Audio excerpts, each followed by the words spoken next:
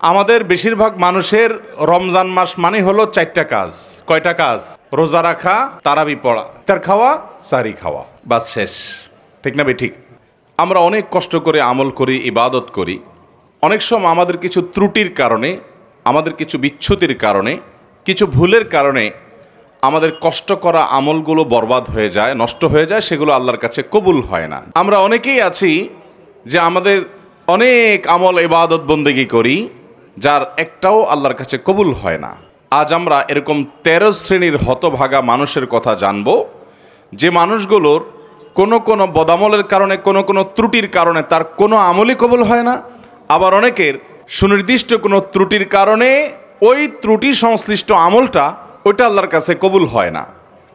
কারা সেই হতভাগা যাদের সে আমল ইবাদত কষ্ট করে করা নেক আমল সেটা আল্লাহ তাআলার কাছে গ্রহণযোগ্য হয় না? এর মধ্যে সর্বপ্রথম যে শ্রেণী মানুষের কথা আমরা বলবো তারা হলো কুফর এবং শিরকে যারা লিপ্ত। কিসে লিপ্ত? কুফর এবং শিরকে লিপ্ত। আপনি নিজেকে মুসলমান দাবি করছেন, নামে মুসলমান, অথচ আপনার মধ্যে শিরক আছে, কুফর আছে। তো এরকম যদি হয় তাহলে শিরক এবং কুফরে থাকা ব্যক্তি, এই ব্যক্তি যত নেক আমল করুক, সে নিজেকে মুসলমান মনে করছে, হয়তো তিনি 5 ওয়াক্ত নামাজও পড়েন, কিন্তু তার মধ্যে যদি শিরকে আকবর থাকে, কোন শিরিক থাকে, মানে বড় শিরিক, যে শিরকটার কারণে মানুষ ইসলাম থেকে খারিজ হয়ে যায়, তার মধ্যে যদি কুফরি থাকে, যেটার কারণে মানুষ ইসলাম থেকে খারিজ হয়ে যায়, তাহলে এই ব্যক্তি নিজেকে যত মুসলমান মনে করুক, আমরা সবাই হয়তো মুসলমান তাকে মনে করি, সে হয়তো মসজিদেও আসে, সে হয়তো নামাজও পড়ে, সে হয়তো হজ উমরা করতেও যায়, অথচ তার কোনো আমল, সে নামাজ পড়ুক, রোজা রাখুক, হজ করুক, জাকাত করুক, দান করুক, সাদাকা করুক, তার কোনো আমল আল্লাহর কাছে গ্রহণযোগ্য হয় না। নাম্বার 2, যারা তাকদীরকে অস্বীকার করে।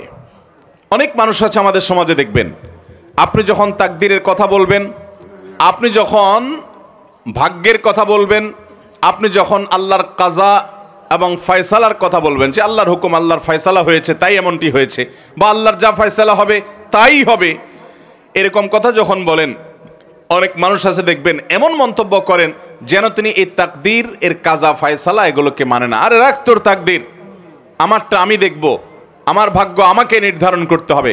নিজের ভাগ্য নিজে নির্ধারণ করার ক্ষমতা পৃথিবীতে কারোর আছে? যদি থাকতো তাহলে পৃথিবীতে কোনো মানুষের কোনো বিপদ হতো। অথবা তাকদীরকে যদি কেউ অস্বীকার করে, তো সে ব্যক্তি সম্পর্কে নবী করিম সাল্লাল্লাহু আলাইহি সাল্লাম বলেছেন যে তার কোনো প্রকার আমল, সে নফল আমল করুক, ফরজ আমল করুক, শারীরিক আমল করুক, আর আর্থিক ইবাদত করুক, এর কোনোটা কবুল হবে না যদি সে তাকদীরকে কি করে? অস্বীকার করে। অতএব আমরা আল্লাহর তাকদীর এবং ফয়সালাকে বিশ্বাস করি কি করি না? আল্লাহর তাকদীর এবং আল্লাহর ইলম, আল্লাহর ফয়সালার বাহিরে পৃথিবীতে একটি পাতাও নড়তে পারে না এবং নড়বেও না। এরপরে 3 নম্বর, যার আমল ইবাদত কবুল হবে না, সে হলো আকুল ওয়ালিদাইন, মা বাবার নাফরমান। এ সম্পর্কে নবী করিম সাল্লাল্লাহু আলাইহি সাল্লামের একটি হাদিস বর্ণিত হয়েছে, যে নবী করিম সাল্লাল্লাহু আলাইহি সাল্লাম কয়েক ব্যক্তি সম্পর্কে বলেছেন যে এই কয়েক শ্রেণীর মানুষ, এদের সালাত কবুল হবে না, এদের নামাজ কবুল হবে না, এদের ইবাদত বন্দেগী কবুল হবে না। এর মধ্যে এক ব্যক্তি হলো মা বাবার নাফরমান। আমাদের সমাজে আজকাল অনেক নামাজি ছেলেও পাওয়া যায়, কিন্তু বাবা মাকে সালাম দেয় না। আছে না নাই? বাবা মাকে সালাম দিতে যদি লজ্জা হয়, তাহলে এই লজ্জা কুফুরির অঙ্গ। এই লজ্জা কিসের অঙ্গ ভাই? সব লজ্জা কিন্তু ঈমানের অঙ্গ না। যেই লজ্জা আপনাকে হারাম থেকে বাঁচায়, ওইটা হলো ঈমানের অঙ্গ। আর যেই লজ্জার কারণে আপনি ভালো কাজ করতে পারেন না, নেক আমল করতে পারেন না, জড়তা তৈরি হয়, বুঝবেন এটা শয়তান তৈরি করছে, এটা ঈমানের অঙ্গ না, এটা কুফুরির অঙ্গ। ওই লজ্জাকে জয় করতে হবে, সে লজ্জাকে কি করতে হবে? অতএব বাবা মাকে সালাম দেব তো ইনশাআল্লাহ, ভাই বোনকে সালাম দেব তো ইনশাআল্লাহ। অনেক ভাই আছেন আমাদের, তিনি খুব ইনোসেন্ট মানুষ, খুব ভদ্র মানুষ, খুবই সভ্য মানুষ, আখলাকি মানুষ, সবার কাছে ভালো, কিন্তু মা বাবার কাছে আসলে সবচেয়ে বেয়াদব। আছে না নাই? ভাইরা আমার, আমাদের তরুণ প্রজন্মের এরকম দুরবস্থা চলছে আজকাল, যে তরুণদেরকে যদি জিজ্ঞাসা করা হয়, আল্লাহর জমিনে চোখ বন্ধ করে কিছু হোক বা না হোক, চুন থেকে নুন খসলেই যাকে ঝাড়ি দেওয়া যায় তার নাম কি? মা। সন্দেহ আছে কোনো? আমাদের যুবকদের কাছে এটা এখন ডাল ভাত হয়ে গেছে না? যে অন্য কোথাও ঝাড়ি না চললেও যাকে ঝাড়ি দেয় তিনি কে? মা। আহা, যে লোকটাকে সবচেয়ে বেশি শ্রদ্ধা করার কথা, যে লোকটা তার কোনো প্রকার কষ্ট হতে পারে এমন কোনো শব্দ পর্যন্ত উচ্চারণ করা নিষিদ্ধ, সে লোকটার সামনে সবচেয়ে বেশি দুর্ব্যবহার। মা বাবার যারা নাফরমানি করে, মা বাবা বলে ডানে যাও, সে যায় বামে। মা বাবা যদি কোনো নির্দেশ করেন এবং সেই নির্দেশ যদি আল্লাহর কোনো নির্দেশের খেলাফ না হয় সরাসরি, তাহলে সেই নির্দেশ মানা সন্তানের জন্য ওয়াজিব। সেটা সন্তানের জন্য মানা কি? আবশ্যক। সেটা না মানলে আপনি গুনাহগার হবেন। অনেক ভাই আছেন অন্য সব দিক থেকে ভালো, কিন্তু মা বাবার কথা মানেন না, মা বাবার নাফরমানি করেন, মা বাবার বেয়াদবি করেন। আব্দুল্লাহ ইবনে আব্বাস রাদিয়াল্লাহু তাআলা বলেছেন, তুমি তোমার বাবার সামনে জামা ঝাড়া দিয়েছো, এরকম করে জামা ঝাড়া দিয়েছো, ঝাড়া দিয়ে শুধু ধুলা পরিষ্কার করছো, তুমি বেয়াদবের খাতায় নাম লেখাইছো। কারণ তোমার এটা বাবা মার নাফরমানি, হুকুকুল ওয়ালিদাইনের অন্তর্ভুক্ত। ভাইরা আমার, আমাদের শরীরের চামড়া দিয়ে যদি আমরা বাবা মাকে জুতো বানাই দেই, আল্লাহর কসম তারপরও তাদের ঋণ শোধ হবে না। তাদের ঋণ আপনি শোধ করতে পারবেন না। আপনার বাপ অনেক খারাপ, আপনার মা অনেক খারাপ, আপনার কিছু করে না, তারা আপনার আরেক ভাইয়ের দিকে খেয়াল রাখে, আপনার দিক খেয়াল রাখে না, আপনার শত বিচার থাকতে পারে, শত অভিযোগ থাকতে পারে, শুধু আপনার দুনিয়া আসার কারণ এবং মাধ্যম যে তারা হয়েছেন, এই ঋণটা সারা জীবন আপনি আদায় করে শেষ করতে পারবেন না।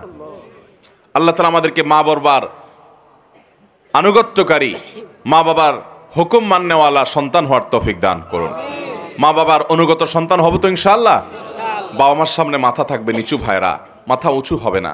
যদি কখনো জোরে কথা হয়ে যায়, দেরি করবেন না, সাথে সাথে পা জড়িয়ে যেভাবে হোক চোখের পানি ফেলে মাপ চেয়ে নেবেন। আপনার সন্তানদের সামনে, আপনার স্ত্রীর সামনে যদি জোরে কথা বলেন, তো আপনার স্ত্রী সন্তানের সামনে আবার মাপ চাবেন। ঠিক আছে তো ইনশাআল্লাহ? তাদের সামনেই আবার মাপ চাবেন। ভাইরা আমার, মানুষ হিসেবে আমাদের অনেকেরই হয়, আমার আব্বা আম্মার সাথে যদি কখনো আমার জোরে কথা বলা হয়ে গেছে এরকম মনে হয়, যদি আমি কারোর সামনে করেছি তাদের সামনেই আবার তৎক্ষণাৎ যখন একটু হুঁশ ফিরে আসছে, কি করলাম আমি, সাথে সাথে চোখের পানি ফেলে মাপ চাওয়ার এই অভ্যাস সারা জীবন আমি ধরে রাখছি। 4 নম্বর, দান করে যে খোঁটা দেয় তার ওই দানটা কবুল হয় না। অন্যান্য আমল কবুল হয়, কিন্তু দানের আমলটা কবুল হয় না। যে দান করে কি করে, খোঁটা দেয়। আমরা যত মানুষ দান করি, বেশিরভাগ মানুষই দেখবেন বা একটা বড় অংশ দেখবেন আমাদের সমাজে, যারে দান করছে বিশেষ করে মানুষের উপকার করলে, এটা আমরা বিভিন্নভাবে ইনিয়ে বিনিয়ে ইশারা ইঙ্গিতে ঘুরিয়ে ফিরিয়ে বলার চেষ্টা করি। এই রোগটা আমাদের মধ্যে আছে না নাই? আল্লাহ তাআলা কোরআনে কারিমে বলেছেন নেককার মানুষদের পরিচয় কি। সূরা দাহরের ভিতরে আবরার, মুত্তাকি, জান্নাতি মানুষের বৈশিষ্ট্য, তাদের গুণ, তাদের সিফাত উল্লেখ করতে গিয়ে আল্লাহ বলেছেন ওয়ায়ুতআইমুনা আত-তাআমা আলা হুব্বিহি মিসকিনাও ওয়া ইয়াতীমাও ওয়া আসীরা। যে নেককার মানুষ হলেন তারা যারা আল্লাহর মহব্বতে মানুষকে খাদ্য দেয়, মিসকিনকে দেয়, বন্দীকে দেয়, এই মানুষগুলোকে দেয়, এবং বলে তারা লা নুরিদু মিনকুম জাযাআও ওয়ালা শুকুরা ইন্নামা নুতঈমুকুম লিওয়াজহিল্লাহ। তোমাদেরকে যা দিয়েছি আল্লাহর কাছে দিয়ে, আল্লাহর জন্য দিয়েছি। তোমাদের কাছ থেকে প্রতিদানও আশা করি না, ফিডব্যাকও আশা করি না, এমনকি থ্যাঙ্কসও আশা করি না। কি আশা করে না? থ্যাঙ্কসও আশা করে না, মানে স্বীকৃতিরও আশা করে না। আমরা অনেককে উপকার করার পর দেখা যায় সে এটা স্বীকারও করে না। সে যে স্বীকার করে না এটা তার দোষ। মাল্লাম ইয়াশকুরিন্নাস লাম ইয়াশকুরিল্লাহ। সে স্বীকার না করার কারণে সে গুনাহগার হবে। কিন্তু আপনি স্বীকারের আশা করবেন না, তার স্বীকার দিয়ে আমি কি করব? আমার তো সওয়াব পাওয়া দরকার কার কাছে? আল্লাহর কাছে। যদি সওয়াব পাওয়ার দরকার হয়, আমি কারোর কাছ থেকে কোনো আশা করব, সে আমাকে চিনেও না এমন একটা ভাব ধরে, কোনো অসুবিধা নেই। তার চেনাচেনিতে কি আসবে যাবে? আমার রব যদি জানেন আমি দিয়েছি এবং তিনি যদি এটা সংরক্ষণ করেন, যথেষ্ট। আর কিছু দরকার আছে? এটা হলো দান। এই দানের সওয়াব পাওয়া যাবে। আর দান করে যার দান করছেন তারে আপনি বিভিন্নভাবে খোঁটা দিলেন, খোঁচাখুচি করে দিলেন না, মানুষ সামনে বলে বেড়ালেন, অথবা সে যেন স্বীকৃতি দেয় এটার আশায় বসে থাকলেন, তাহলে আপনার এই আমলের সওয়াব আল্লাহর কাছে পাবেন না। এই দান আল্লাহর কাছে কবুল হবে। আমার দেশে অনেক মানুষ আছে মসজিদ মাদ্রাসায় দান করে, কিন্তু উনি আশা করে ওনার নামটা মাইকে হুজুর জোর করে বলে দেখ। আছে না নাই? যদি তার উদ্দেশ্য থাকে যে আমারটা শুনে আমার আরেক বন্ধু দিবে, আরেকজন দিবে, উৎসাহিত করব অন্যদেরকে, তাহলে ঠিক আছে, সেটা হলে জায়েজ আছে। কারণ আল্লাহ তাআলা কোরআনে কারিমে বলেছেন যে ইন তুখফুস সাদাকাত ফানিআম্মা হিয়া। তার আগে অংশটা কি? In তুবদুস সাদাকাতি ফানিআম্মা Hiya. ওয়াইন তুখফুহা ওয়া তুতুহাল ফুকারা ইলা আখিল আয়া, যদি দান প্রকাশ্যে করো অর্থাৎ অন্যকে উৎসাহিত করার উদ্দেশ্যে তাহলে তো অনেক ভালো, আর যদি গোপনে করো যাতে করে তোমার ইখলাসের কোনো ঘাটতি না হয়, তো সেই দানেরও আল্লাহ তাআলা প্রশংসা করেছেন। এটা নিয়তের উপর নির্ভর করবে। আমি যখন ঢাকা এক মসজিদে নামাজ পড়াই 2002-03 সন এরকম সময় হবে, তখন আমার এক মুসল্লি মসজিদের ওই আল্লাহর, তাহলে ভাই যাদের আমল কবুল হয় না সে মানুষগুলোর 4 নম্বর মানুষ বলেছি যারা দান করে মানুষকে খোটা দেয়, তাদের অন্যান্য আমল কবুল হয় কিন্তু দানের আমলটা কবুল হয় না। 5 নম্বর ওই কপাল পোড়া এবং হতভাগা মানুষ যার কোনো আমল ইবাদত কিছুই কবুল হবে না, সে হলো নবী করিম সাল্লাল্লাহু আলাইহি সাল্লামের শহর মদিনায় মুনাওয়ারায় যে হারামে যে ফাসাদ সৃষ্টি করে, ফিতনা সৃষ্টি করে, অশান্তি সৃষ্টি করে, হাঙ্গামা করে, গন্ডগোল ফাসাদ করে। নবী করিম সাল্লাল্লাহু আলাইহি সাল্লামের হাদিস বর্ণিত হয়েছে বিষয়ে সহিহ বুখারীতে, তিনি বলেছেন এই মদিনা মান আহদাসা ফিহি হাদাসান, এখানে যে ব্যক্তি কোনো দুর্ঘটনা ঘটাবে, আও আওয়া মুহদিসান, অথবা এই মদিনায় কোনো দুর্ঘটনাকারীকে যে ব্যক্তি আশ্রয় দান করবে, ফাআলাইহি লাআনাতুল্লাহ ওয়াল মালাইকাতি ওয়ান নাসি আজমাইন, ওই ব্যক্তির উপর আল্লাহর লানত, ফেরেশতাদের লানত, সমস্ত মানুষের লানত বর্ষিত হয়। এবং লা ইকবালু মিনহু ইয়াউমাল কিয়ামাতি সালাতুন ওয়া সরফুন ওয়ালা আদলুন, কিয়ামতের দিন তার কোন আমল আল্লাহর কাছে কবুল হবে। তাহলে 5 নম্বর আমরা পেয়ে গেলাম, যে ব্যক্তি মদিনায় মসজিদে নববীতে বা মসজিদে নববী শুধু নয় হারামের যে এরিয়া মদিনাতে, এই এরিয়ার মধ্যে যে ব্যক্তি অশান্তি সৃষ্টি করে, ফাসাদ সৃষ্টি করে, এই ব্যক্তির আমল ইবাদত কিছু কবুল হয় না। নাম্বার 6, 2 ভাই আপন তারা যদি নিজেরা ঝগড়া লিপ্ত হয়, গন্ডগোল ফাসাদ মারামারিতে কাটাকাটিতে লিপ্ত হয়, তো এই 2 জনের ইবাদত কবুল হয় না। নবী করিম সাল্লাল্লাহু আলাইহি সাল্লাম বলেছেন সালাসাতুন লা তুরফাউ সালাতুহুম ফাওকা রুউসিহিম, 3 ব্যক্তি আছে যাদের নামাজ তাদের মাথার উপরে ওঠে না, অর্থাৎ আল্লাহর কাছে পৌঁছে না, কবুল হয় না। কারা? সেই ব্যক্তিগুলো হলো ওই ব্যক্তি, 3 ব্যক্তির কথা নবী সাল্লাল্লাহু আলাইহি সাল্লাম বলেছেন, এর ভিতরে এক ব্যক্তি হলো ওই ব্যক্তি ইখওয়ানে মুতাসারিমান, 2 ভাই যারা নিজেরা গন্ডগোল মারামারিতে লিপ্ত, আপন ভাই মারামারিতে লিপ্ত, অথচ আবার আমল ইবাদতও করে, নামাজ কালামও পড়ে, এরকম আছে না নাই? আছে না নাই বলেন? তো এরকম আমল ইবাদত করে কি লাভ হবে? 7 নম্বর ওই একই হাদিস যেটি ইবনে মাজাহ বর্ণিত হয়েছে যে 3 ব্যক্তির নামাজ তাদের মাথার উপর ওঠে না, তাদের মধ্যে আরেক ব্যক্তির কথা 7 নম্বরে বর্ণিত হয়েছে, সে হলো সেই ইমাম যে ইমাম মানুষের ইমামতি করে অথচ মানুষ তার উপরে যুক্তিসঙ্গত কারণে অসন্তুষ্ট। এরকম অনেক ইমাম আছে না নাই? এখানে বড় ইমামতের ইমামও হতে পারে, ছোট ইমামতের ইমামও হতে পারে। বড় ইমামতের ইমাম মানে রাষ্ট্র শাসক শাসন করে, কোন অঞ্চলের শাসন করে, যে কোনো পর্যায়ের শাসক। আর ছোট ইমামতের ইমাম মানে হলো ওয়াক্তিয়া নামাজের ইমামতের ইমাম। যে কোনো ইমাম হোক না কেন, তিনি নেতৃত্ব দিচ্ছেন, তিনি মানুষের নেতা হয়েছেন, তিনি ইমামতি করছেন, অথচ যারা তার পেছনে অনুসরণ করছেন তারা যুক্তিসঙ্গত কারণে তার উপর অসন্তুষ্ট। অযৌক্তিক কারণে তো বাংলাদেশের সময়ের উপরেই কম বেশি মুসল্লিরা অসন্তুষ্ট আছে না নাই? হুজুরদের উপরে শতভাগ সন্তুষ্ট এরকম মুসল্লি, এরকম মসজিদ পাওয়া যাবে না। তাছাড়া হুজুররাও মানুষ শতভাগ সন্তুষ্ট হওয়া সম্ভব না, কিন্তু যৌক্তিক কারণে বেশিরভাগ মুসল্লি বা সব মুসল্লিরাই অসন্তুষ্ট, কিন্তু হুজুরের খুঁটির জোর বেশি, গায়ের জোর বেশি, এই জন্য হুজুরের সরানো যায় না। এরকম কিছু হুজুর আছে না নাই? অথচ ওই হুজুর অনেক নাজায়েজ কাজে লিপ্ত, মানুষ ভয়ে বলতেও পারে না, কারণ হুজুর বড় বড় পাওয়ার আল্লাহদের সাথে হাত রাখে, আছে না নাই? তো এইরকম হুজুর, তাদেরও এই সালাত তাদের মাথার উপরে উঠবে না। 8 নম্বর হলেন ওই নারী, যেই নারী রাত্রি যাপন করেছেন অথচ তার স্বামী তার উপরে যৌক্তিক কারণে অসন্তুষ্ট। অযৌক্তিক কারণে স্বামী অসন্তুষ্ট হলে ওইটার কারণে স্ত্রীর আমল ইবাদত কবুল হবে না, ব্যাপারটা সেরকম নয়। যদি যৌক্তিক কারণে তার স্বামী তার উপরে অসন্তুষ্ট থাকে এবং তিনি ওই অবস্থায় তেড়ামি করে রাত পার করে দেন, তাহলে এ আল্লাহর বান্দি তার সালাত তার মাথার উপরে উঠবে না। এটাও ইবনে মাজাহ হাদিসে বর্ণিত আছে। তাহলে 8 নম্বর পেলাম সেই নারী, যে নারী রাত্রি যাপন করেছেন অথচ তার স্বামী তার উপরে যৌক্তিক কারণে অসন্তুষ্ট। এরপর তিরমিজির বর্ণিত হাদিসে আমরা জানি 9 নম্বর শ্রেণী মানুষের কথা, যার আমল ইবাদত কবুল হবে না, বিশেষ করে সালাত কবুল হবে না, সে হলো ওই কৃতদাস, যে কৃতদাস সে কোনো ন্যায্য বা শরীয়গ্রাহ্য কারণ ছাড়া যে তার মালিক থেকে ভেগে গেছে। এই ব্যক্তি সম্পর্কে নবী সাল্লাল্লাহু আলাইহি ওয়াসাল্লাম হাদিসে আসছে যে এই ব্যক্তি ফিরে আসা পর্যন্ত হাত্তা ইয়ারজা, তার সালাত, তার ইবাদত আল্লাহর কাছে কবুল হয় না। তাহলে 9 নম্বর হলো যে ব্যক্তি তার মালিক থেকে যৌক্তিক কারণ ছাড়া ভেগে গেছে, তার আমল ইবাদত, তার সালাত কবুল হয় না। এবং 10 নম্বর হলেন ওই নারী, যেই নারী বাসা থেকে বের হয়েছেন সুগন্ধি মেখে। আজকাল আমাদের অনেক মুসলমান মেয়েরা আছেন, আমাদের অনেক মা বোনরা আছেন যে অনেক পারফিউম ব্যবহার করে, অনেক সুগন্ধিযুক্ত প্রসাধনী ব্যবহার করে তার আশপাশের পুরো পরিবেশটাকে মোহিত করে ফেলছে সুগন্ধি দিয়ে, সেটা ব্যবহার করে তিনি বের হচ্ছেন। এই সুগন্ধি যতজনের নাকে যাচ্ছে তারা ফিতনায় পতিত হচ্ছে, তারা কল্পনার জেনায় লিপ্ত হচ্ছে, তারা গুনাহগার হচ্ছে, সমাজ অস্থিতিশীল হচ্ছে, ফাসাদের দিকে যাচ্ছে। এরকম অনেক মা বোন আমাদের আছেন না নাই? এই সমস্ত মা বোনদের অনেকে আছেন নামাজও পড়তে যান, এভাবে সুগন্ধি ব্যবহার করে তিনি বাজারে গেলে অন্যান্য কাজ করলে তার পরিণাম কি হবে সেটা তো পরের কথা। আপনি শুধু এটা চিন্তা করুন যে নবী করিম সাল্লাল্লাহু আলাইহি ওয়াসাল্লাম এইরকম সুগন্ধি ব্যবহার করে কোনো নারী যদি মসজিদে পর্যন্ত যায়, তার সম্পর্কে পর্যন্ত নবী সাল্লাল্লাহু আলাইহি ওয়াসাল্লাম বলেছেন যে তার সালাত কবুল হবে না। তিনি মসজিদে গিয়ে নামাজ পড়লে সে নামাজ কবুল হবে না যতক্ষণ পর্যন্ত বাসায় ফিরে এসে গোসল করে তার শরীরের সে সুগন্ধি ধুয়ে মুছে পরিষ্কার করে নামাজ আদায় না করবেন।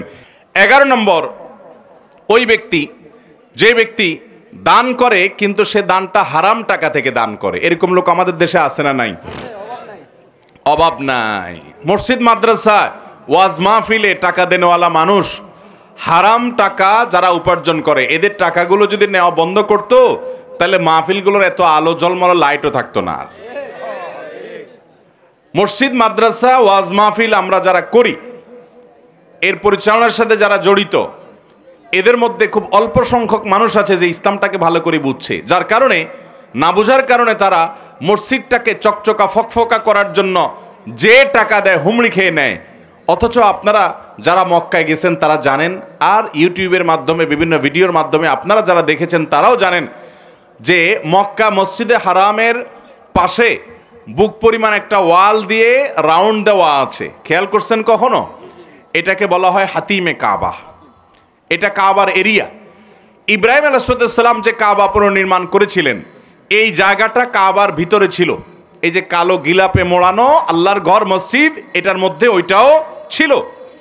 কিন্তু নবী করিম সাল্লাল্লাহু আলাইহি সাল্লামের দাদা আব্দুল মুত্তালিব, নবী সাল্লাল্লাহু আলাইহি সাল্লাম যখন ছোট ছিলেন তখন উনি এই কাবা যখন ভেঙে পড়ে পুরান হয়ে গেছে, তখন এটার ভবনকে সংস্কার করে পুনর্নির্মাণ করার উদ্যোগ নিলেন। উনি একা না, কুরাইশের সব নেতারা মিলে।